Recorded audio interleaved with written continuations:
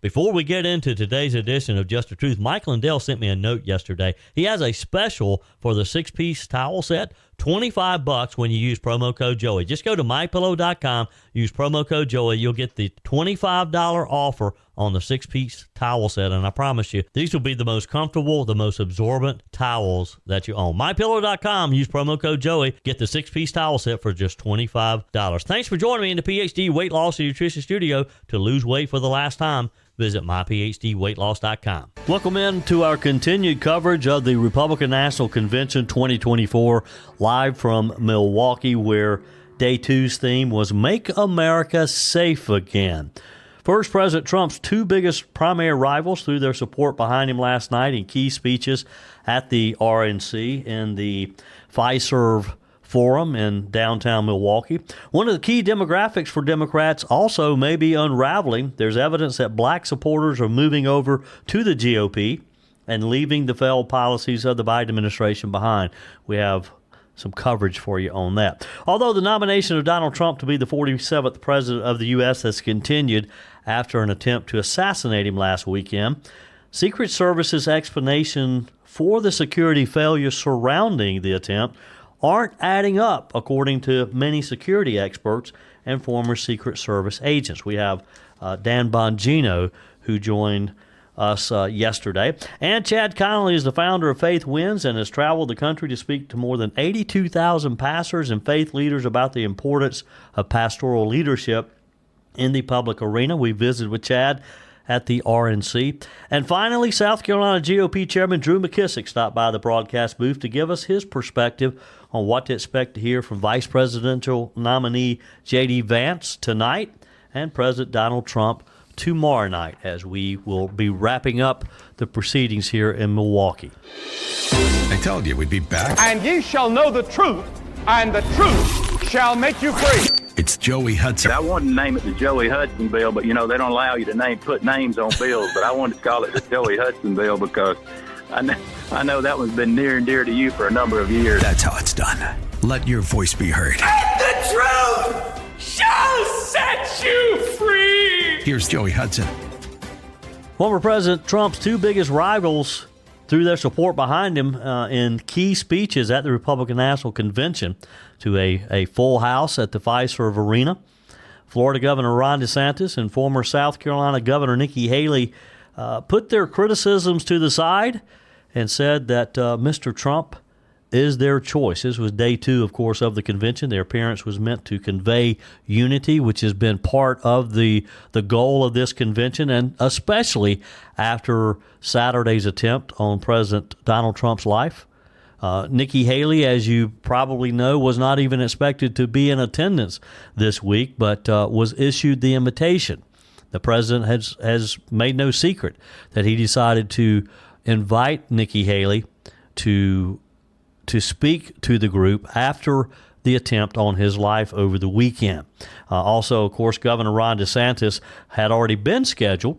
DeSantis had not been quite as competitive, had not been quite the rival that Nikki Haley had been, and had held, even during the primary, he'd been less critical than Nikki Haley was. Haley quickly won over the convention after some initial boos when she stepped out. Some of the delegates were beginning to boo her, but she made it very clear at the very beginning. She said, "Let me make one thing clear. Donald Trump has my strong support." President Trump asked me to speak to this convention in the name of unity. Donald Trump has my strong endorsement, period.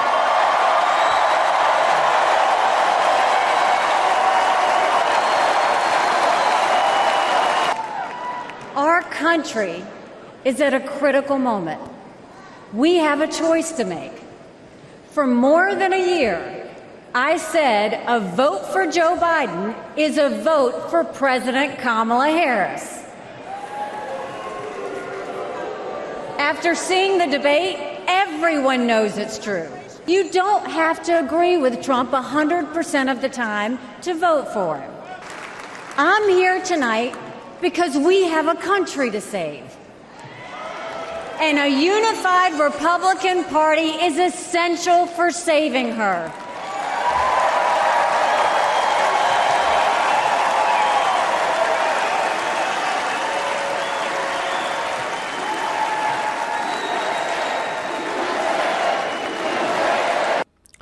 Governor Haley, who is also President Trump's U.S. ambassador to the United Nations, urged the party to acknowledge those who don't always agree with the former president, including herself.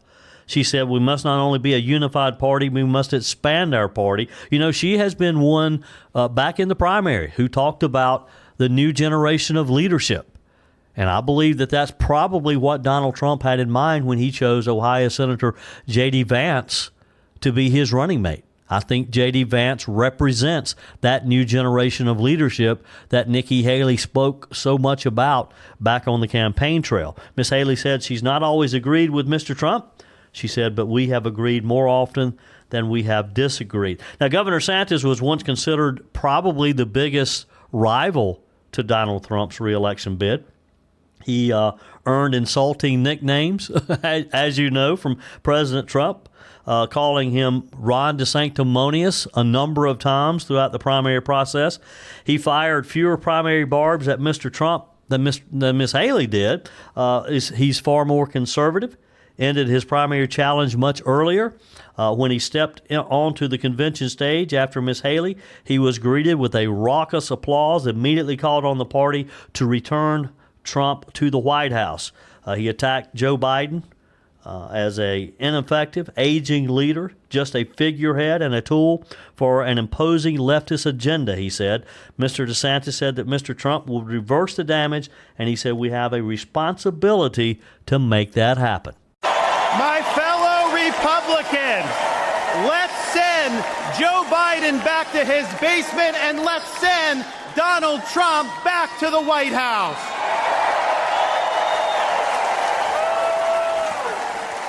Life was more affordable when Donald Trump was president. Our border was safer under the Trump administration, and our country was respected when Donald Trump was our commander-in-chief.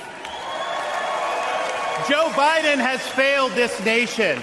As a veteran, I was appalled when 13 of our service members were killed in Afghanistan due to Joe Biden's dereliction of duty.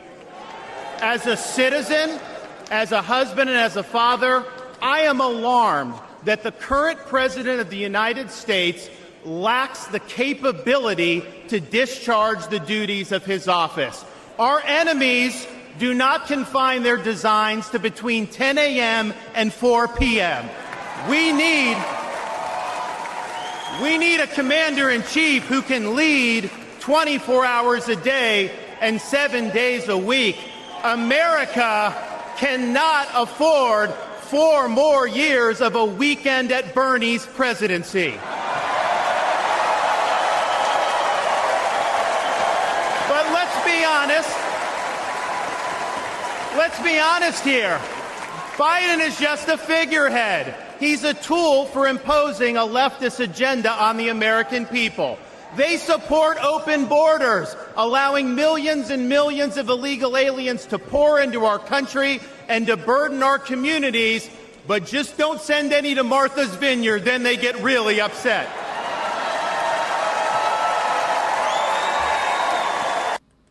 Ron DeSantis, as he was received a very enthusiastic reception at last night's Republican National Convention.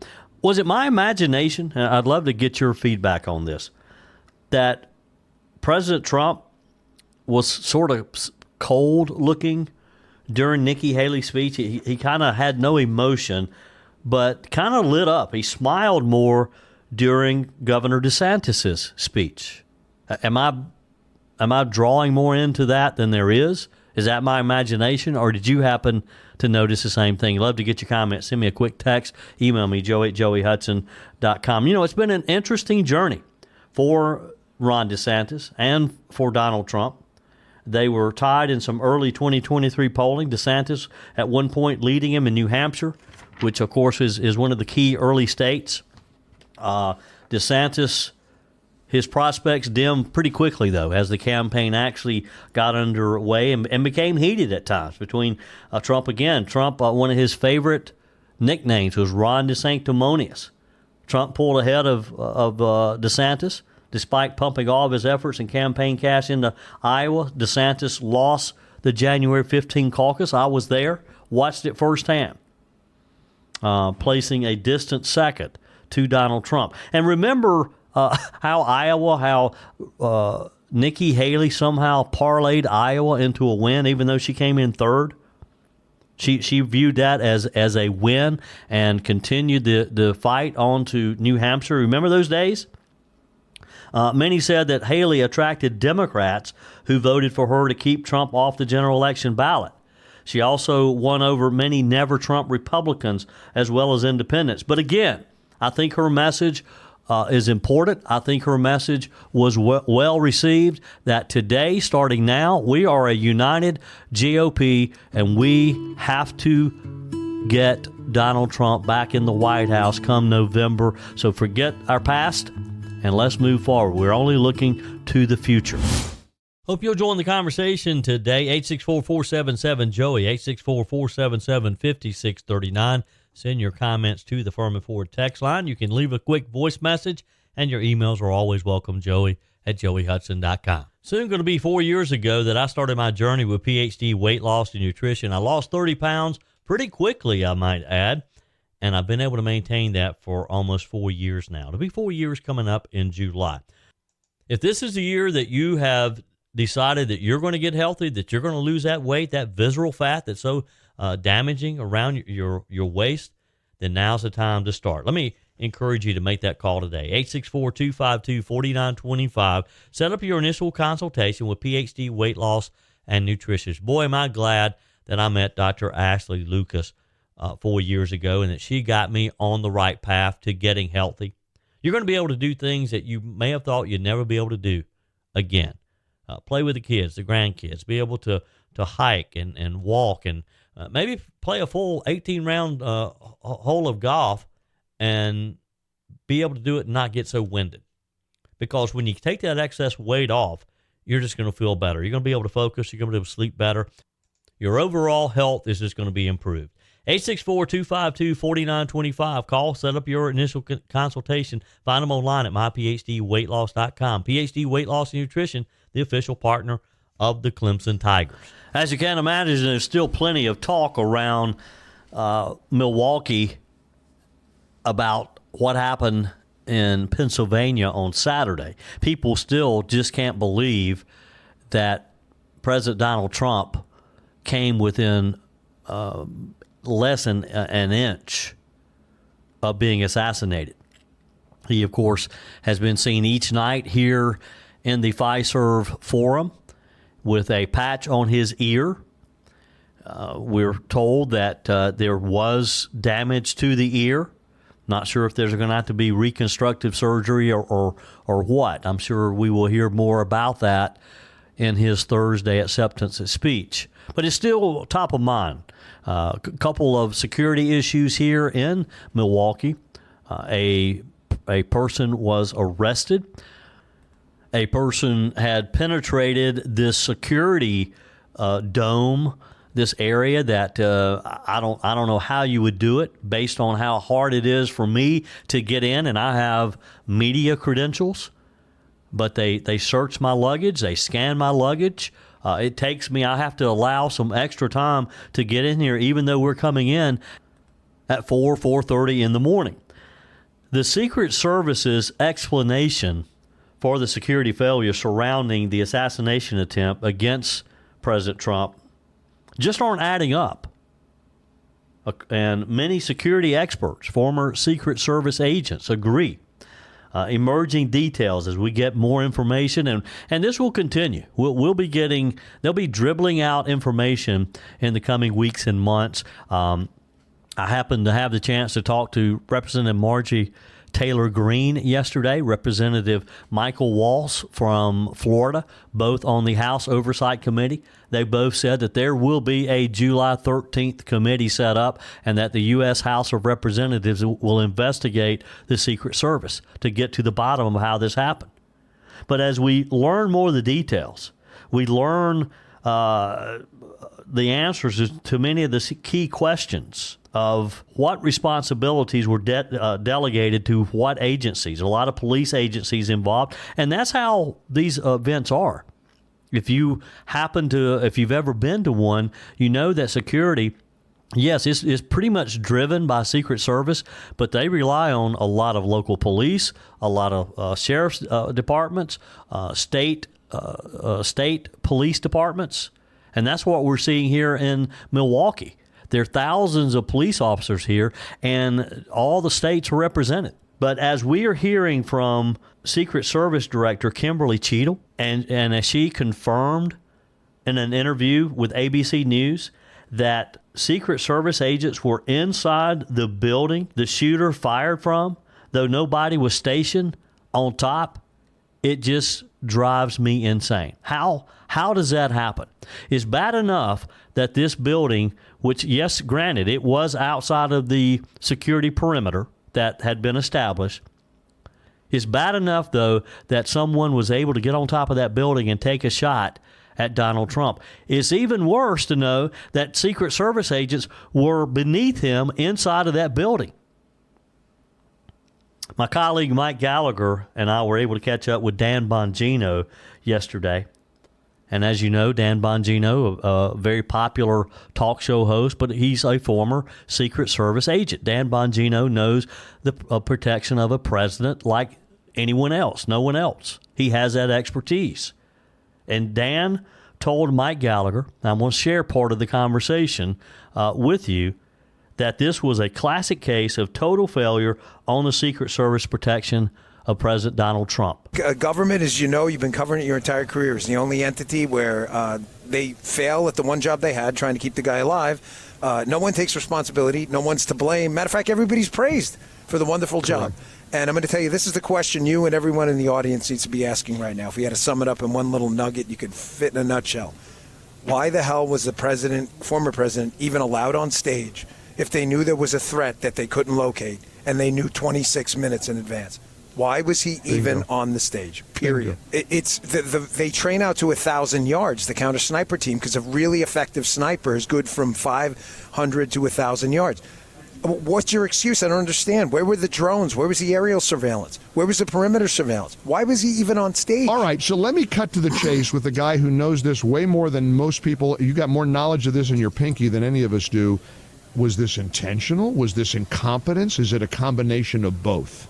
No, I know these people very well on former President Trump's detail. It was I can tell you with absolute certainty, it was just incompetence. And I wish I could tell you otherwise. I wish there was some insider threat we could nail so that we get him and it doesn't happen again. Yeah. I'm afraid of the incompetence happening again.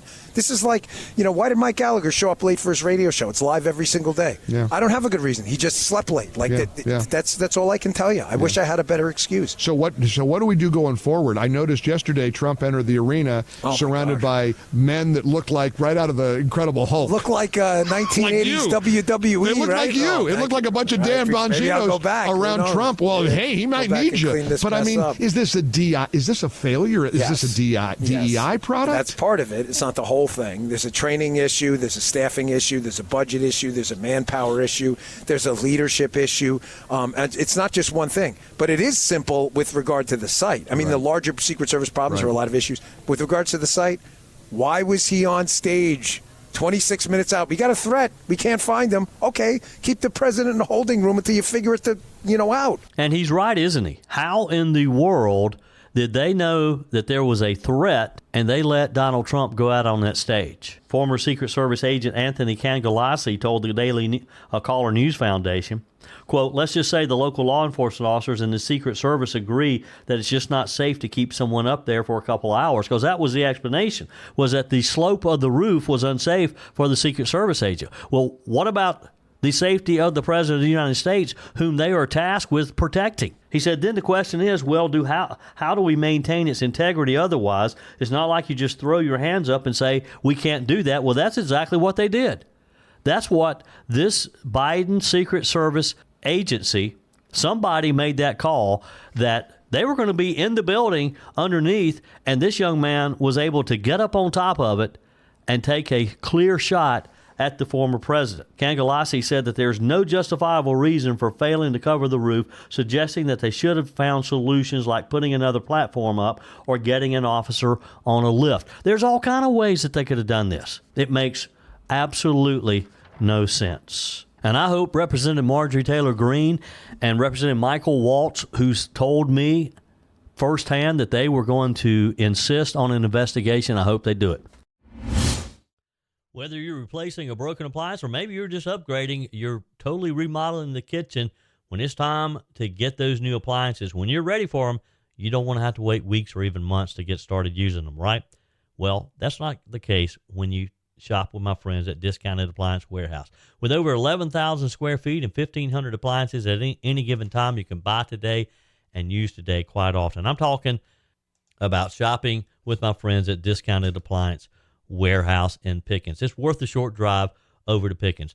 Jeff, Johnny, Kyle, the whole team over there, they'll take good care of you. They have an award-winning service department, expert installation, extended warranties, and at Discounted Appliance Warehouse, they treat you like family. You're more than just a credit card swipe to all the team over there. Discounted Appliance Warehouse, they're proud to offer Speed Queen, the only washer and dryers with manufacturer's warranties that cover parts and labor. You owe it to yourself if you're looking for a new appliance to head over to Pickens to Discounted Appliance Warehouse online at dawpickens.com, dawpickens.com. Continuing our coverage from the Republican National Convention in Milwaukee at the Fiserv Forum, Faith Winds founder Chad Connelly was the Republican National Committee's first ever National Director of Faith Engagement, a key position that influenced the elections of 2016 and after. He's been elected to 2 terms as chairman of the South Carolina Republican Party. Chad set fundraising records in those positions. He led us to a presidential preference primary at the time in South Carolina's history, getting over 607,000 votes in that presidential primary. He has spoke to more than 82,000 pastors and faith leaders about the importance of pastoral leadership in the public arena, and I was able to catch up with him for a few minutes in the Panther Media Center yesterday at the RNC. Good afternoon, good morning. I've forgotten what it is. I tell you, it's been a whirlwind these past few days, has it not? Oh, they always are wild and exciting and long days. And, yes, you kind of get mixed up. Today's Tuesday, day 2. Day two, yes. And it feels like we've been here a week with all the things that are happening. All right, so let's start from the beginning. Let's start on Saturday when you learned that President Trump had been shot. Yeah, actually, I was driving here, Joey. Dana and I were in Nashville for a conference and left there Saturday. Had kind of a leisurely drive up, and I started getting texts from Drew McKissick, my buddy, the chairman. He said, Trump's been shot. And I turned on my XM radio and listened to the story. Of course, there weren't many details, but then my phone is just blowing up with hundreds and hundreds of texts and phone calls, and we were just trying to catch up. And I didn't want to really say a whole lot before some real facts came out. And then Dana starts looking at stuff on Twitter and seeing some of the pictures, and we were praying and thank you, Lord, he's fine and all that. But what a tumultuous, crazy time. The left's rhetoric has come home to roost, so to speak. Yeah. And God certainly had his hand in sparing Donald Trump on Saturday, did he not? You know, had he not moved his head a fraction, just tilted, we'd be having a whole different conversation, brother. I mean, you cannot, if you're a believer, you can't look at that and think God didn't spare him. Yeah, for sure. Let's talk about the convention this year. You've been to many in the past, and as a result of the incident on Saturday, how do you think it's changed what we're talking about this week? No question, it's changed the conversation. There's an excitement, there's an electricity. You were on the floor, you saw it last night when he came out. I was there, and there's an electricity. I think it certainly shelved all the difficulties and challenges from the run-up last week, platform and et cetera. All that's kind of been pushed to the wayside for a future conversation. I think there's a unity in the party that's probably not been there in a while. There's an anger and a resolve. I don't know if you would agree with this, but I saw a real humble resolve in Trump that is, probably not a look that a lot of people are accustomed to. He looked moved, changed. I think he's aware that, but God, it'd be a whole different conversation. So I think there's a unity, there's a determination. It's always been there. People have been upset.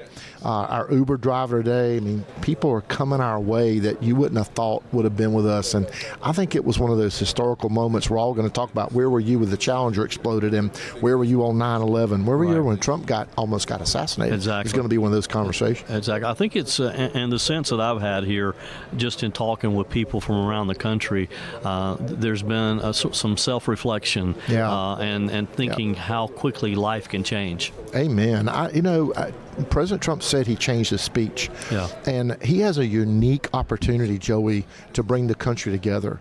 The vitriol, the rhetoric, we all do it, I guess, and both sides. But the left has been particularly just calling him Hitler. And what was it, 5 or 6 days ago, Biden said put a bullseye on Trump, and stuff like that just is over the pale. I'm praying for his talk Thursday night to be leadership, warrior, all that stuff, but also to strike a tone of we got to come together as Americans. These battles are bigger than any one person. They're bigger than the presidency, but normal people can't pay their grocery bills. They don't like the gas prices. They're concerned about the fentanyl crisis, and every state's a border state. They're concerned about Israel. They're concerned about Ukraine. It's like everything in our lives that looked stable, it's not so stable anymore, and they know things were better under President Trump. Yeah. He chose J.D. Vance to be his running mate. What's your response to Senator Vance? J.D. did. I texted him this morning and I congratulated him. And he did 3 pastor meetings with us in Ohio with our Faith Wins team. Really? When he was running for Senate. He's a humble guy. Yeah. I mean, no question, he's the populist like Trump. He was very, very... he was introverted when we met. We did private pastor meetings with him like we do with Faith Wins with candidates just to really connect them. I've got a lead pastor in Ohio that's gotten very close to J.D. Vance. I would think he's going to tap this pastor as somebody that's a close advisor of him. I like the guy. He's very likable. He doesn't come from a political bent. He's got great political skills and acumen. He's a terrific people person. But I remember the first pastor meeting, he really stood in the back. And as I was talking, I saw him walk in. He wasn't the front runner at the time. There were other people that were getting the evangelical attention. And so the pastor said, you ought to meet Chad. So we went off in a little room and we spent probably 15 minutes talking. And we had a great private conversation about his faith, about his fatherhood, his marriage. And he was looking for some spiritual direction. So out of that, I think he was looking for a church kind of thing. And out of that, he came up and spoke. I introduced him to a bunch of pastors. Then we did a private meeting where we had a prayer time over him. It was right before he'd won the nomination, the Republican nomination, hadn't won the Senate seat yet. And I think he's a real deal guy. Yeah. And genuine and authentic is what I came away with. Back during the primary, our former governor, Nikki Haley, talked about a new generation of leadership. Yeah. I think America wants President Donald Trump back in office because of what he did his 4 years. We think he can right the ship. Yeah. But don't you think that this is a new generation of leadership that he's bringing J.D. Vance in to fill that? 100%. And 39-year-old, I'm an Army veteran. I served in the Army. This guy's a Marine. I sure think we need a lot more of that kind of structural thinking, order, law and order. America is supreme. We're strong because we're not weak. We put a position of strength and don't mess with us kind of thing. And I think somebody who served in the military will have that kind of angle. So yes, a new generation, no question about it. Youthful inexperience, but youthful vigor. He's got the right kind of tone, I think, for America. You're right. Yeah. Let's talk for a minute about the platform. Yeah. Some changes. Yeah. Your thoughts on that? Look, I was in the middle of that. It looked like some consultants worked in about 25 states to make sure pro-lifers weren't represented. I think that me and LaDonna Riggs are probably the only two who were actually elected by our delegation, then removed. It's amazing what they did. I think there were some mid-level staffers that went way overboard.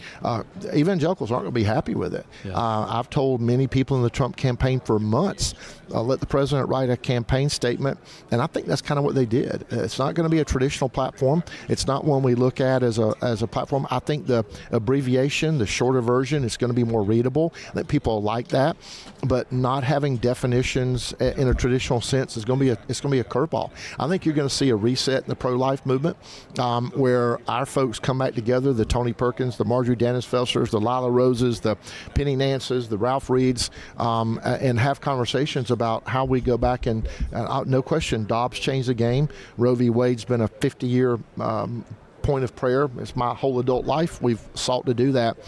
Watching the platform treated the way it was and the process treated the way it was, there are going to be some interesting conversations. Right now, people want to go win. Yeah. And that's secondary.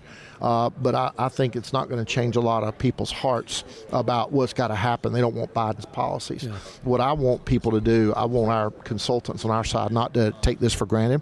I want them to go do the fundamentals and not take this election for granted, because if the election were held today, I think Trump win 48, 49 states. But it's not going to be held today, and it's going to be still 4 months. And that's a long time in politics. And I really don't think we're going to be running against Biden. I've not thought it for a long time. I'd be shocked if they keep Biden in. I think they're going to pitch in the presidency. But as you know, there's the House, there's the Senate, there's a lot of up and down ticket races.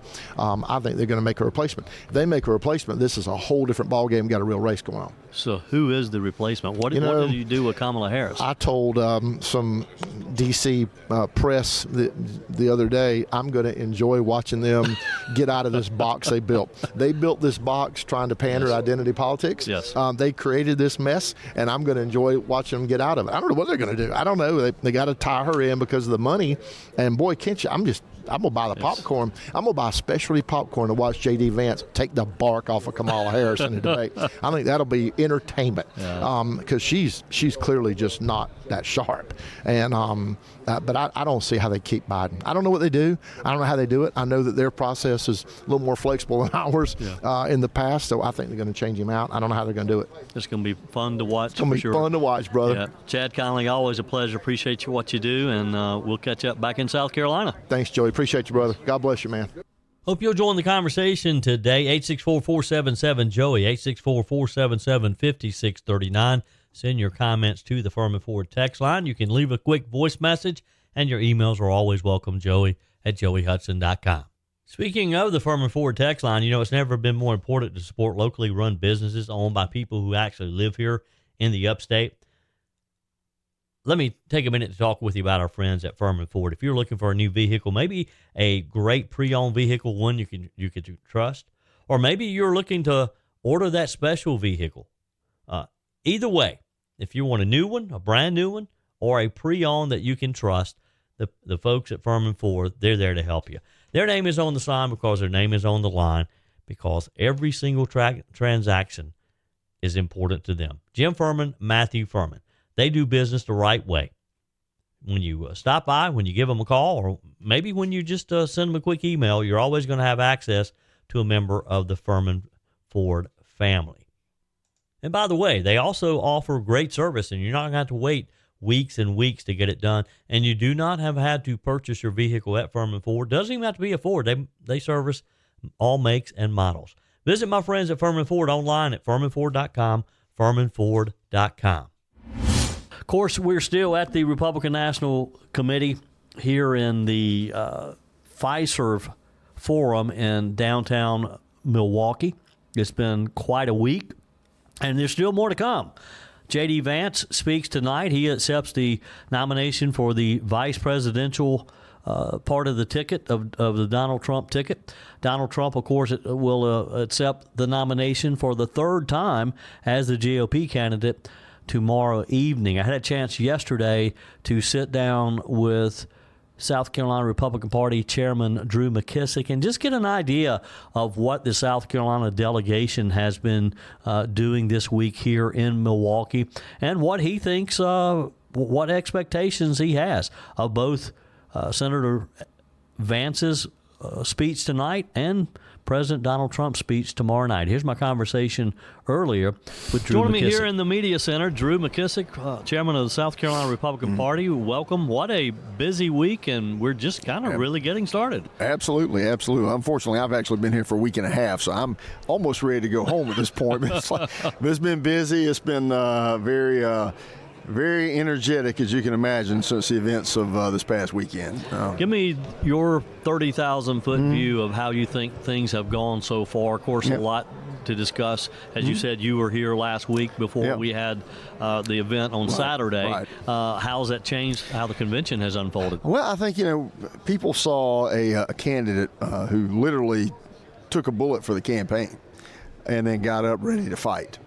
And I think now that has given just newfound resolve to all the activists within the party, up and down, all across the country, to do exactly that, to win and make sure that we fight and we win this November. And I've said for years as a chairman, I'll take an enthusiastic, excited voter over just a voter any day of the week, because excited, enthusiastic people work, they make phone calls, they put out yard signs, they knock doors, they give money. This has added a new level of energy to this campaign. Yeah. Truly. You were here on Saturday. When I was. So how did you find out that the president had been shot, and what was the response among those of you already here? I was actually laying in the room looking at things on my phone. Someone sent me a text and said, Trump got shot. And I'm like, what? And I turned on the TV, Fox News, and it was just in the immediate aftermath. Other members who weren't around TVs at the time were downstairs in the hotel we were in, and it just then began to spread like wildfire. And of course, facts coming in, little bits and pieces here and there, and trying to piece together exactly how he was, and we didn't necessarily know, other than seeing him being carried off stage. And then to hear, that evening that he was, actually for a while it was rumored he was going to show up at a UFC fight that he had been planning to go attend, apparently. And I thought, well, that would just be picture perfect, if he had actually done that. But and then to see him show up for the convention last night, obviously that was just, a huge moment. And again, just a lot of, resolve now and enthusiasm. Yeah, and I've seen that enthusiasm too. It's kind of like people, there's been a bit of self-reflection, how quickly things could change because, an inch, and that could have had a very different outcome. We may not be sitting here today. Less than an inch, really. And I mean, you hate to think about things, but I mean, if, again, a few centimeters in the other direction, what would this convention have been like this week? Because, our job is to take care of picking a nominee. How would that have transpired and so forth? And just so many unknowns and things you don't even want to think about. And, you just see how close things came, and you can't think of anything other than the hand of Providence, there, to be sure. Yeah. President Trump is said to have rewritten his speech on Thursday. What do you expect from that?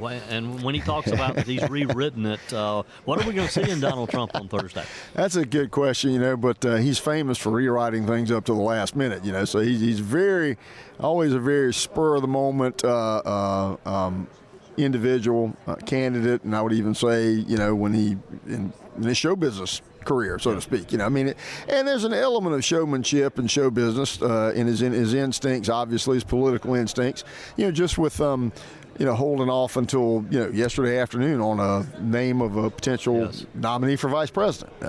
Folks thought we would know several weeks ago, and I always thought, no, he's going to wait till the last minute and get as much press out of this as he possibly can. I was actually surprised he did it yesterday. I was expecting it maybe Wednesday morning.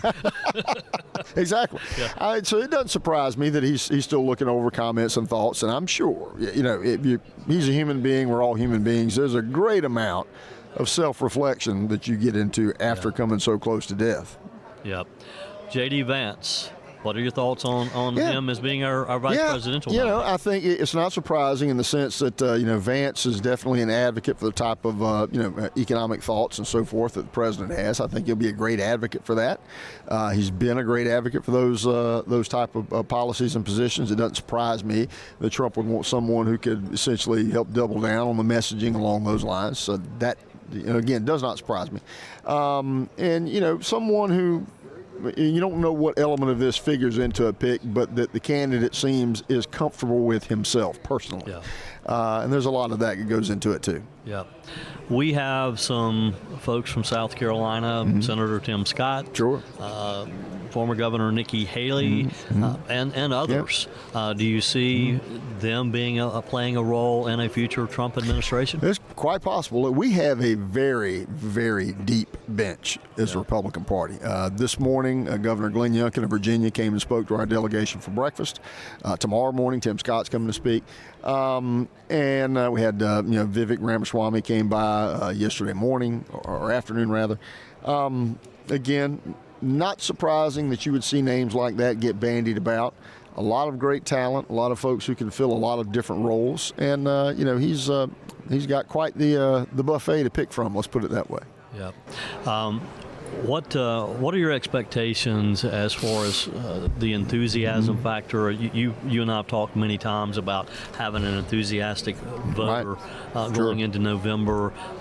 Again, horrible thing on Saturday, but I sense what you've just talked about. Yeah. That, we've had that self-reflection, but it's almost like there's a resolve now. People are determined that we're going to win this thing in November. Is that what you're seeing? Is that what you expect? Absolutely. Yeah. I mean, again, just the visuals, you've seen them. And he goes down, and then he comes up, and he's, shaking his fist at the crowd and hollering, fight, fight, fight. He's that electrified a lot of people. And again, if the candidate can take a bullet for the campaign, then we can work for the campaign. Yep. We can do the things that we need to go win. And I think you're going to see that just be just electricity in this campaign going forward. Yeah. What about Lee Greenwood's performance last night? I got to tell you, I was able to see him first thing this morning. I gave him a big hug. I said, thank you for that last night. That was special. It was great. Yeah, it was great. I mean, and plus to see him live, obviously do that, and in that moment, with Trump coming in, and you could tell that it was an emotional moment for President Trump. Yeah. If you were watching the video and they had him on the screen there, and I mean, you could tell his eyes were beginning to get red. I mean, again, it's emotional time, I'm sure, for him too. After Saturday, and then coming into that kind of a welcome in that room, truly. Yeah. Well, and as Lee explained to me, he was scheduled to perform on Tuesday evening, and the president called and said, "Can you make it on Monday? Come a day early." Yeah. Well, again, nothing like surprises in Trump world. I mean, he's known for it. Drew McKissick, chairman of the South Carolina Republican Party. Be safe, and I'll talk with you back in South Carolina. Fantastic. Thank you. That's it for today's edition of Just the Truth. Thanks for joining me in the PhD Weight Loss and Nutrition Studio. To lose weight for the last time, visit myphdweightloss.com. If you haven't joined our mailing list yet, visit my website, joeyhudson.com. Just click on the Connect with Joey button so that you can receive our emails and the most up-to-date news. Also, find me on YouTube. Be sure and like, subscribe, follow me on my YouTube channel. Just search for Joey Hudson. Appreciate you spending a few minutes of your day with me. Be sure and forward this edition of Just the Truth to some friends. Just click on the share button. Send it to a few of your contacts, because if we're going to build our community and if we're going to win in November, we got to build an army of conservatives. The way we beat Joe Biden is through educating people, and no better way than encouraging them to listen to Just the Truth. Hey, keep those comments coming via the Furman Ford text line, 864-477-JOEY, 864-477-5639. Your emails always welcome as well. Joey@joeyhudson.com. Don't forget to take advantage of the MyPillow special, $25 for the My Towels 6-piece towel set when you use promo code Joey. Just go to mypillow.com. Always use promo code Joey. We're back again tomorrow. Hope you will be too. Remember, God's got this. He's still in control.